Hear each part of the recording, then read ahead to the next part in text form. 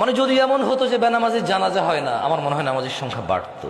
যদি এমন হতো বেনামাজির সাথে কেউ মেয়ে বিয়ে দিবে না, ছেলে বিয়ে দিবে না, আমার মনে হয় নামাজি বাড়তো। যদি এমন হতো বেনামাজির সাক্ষী গ্রহণ করা হবে না, কি গ্রহণ করা হবে না, যদি এমন হতো যে বেনামাজি ছেলে তার নামাজি বাবার সম্পদের অধিকার পাবে না, তাইলে মনে হয় নামাজি বাড়তো। এগুলো আমি বলিনি, এগুলো মুহাম্মদ সাল্লাল্লাহু আলাইহি সাল্লাম বলছে। বেনামাজি বেওয়ারিশ থাকে, কারো ওয়ারাসাত পায় না। বেনামাজি কি পায় না?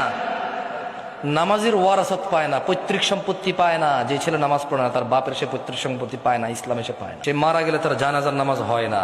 বেনামাজি জামাই নামাজি বউ বিয়ে টিকে না হিসেবে, কারণ বাইনাল আবিদি ওয়া বাইনাল কুফরি তারকুস সালাত। বান্দা ও কুফরির মধ্যে পার্থক্য হচ্ছে নামাজ ছেড়ে দেওয়া। তো কাফের আর মুসলমানের তো বিয়ে টেকে না।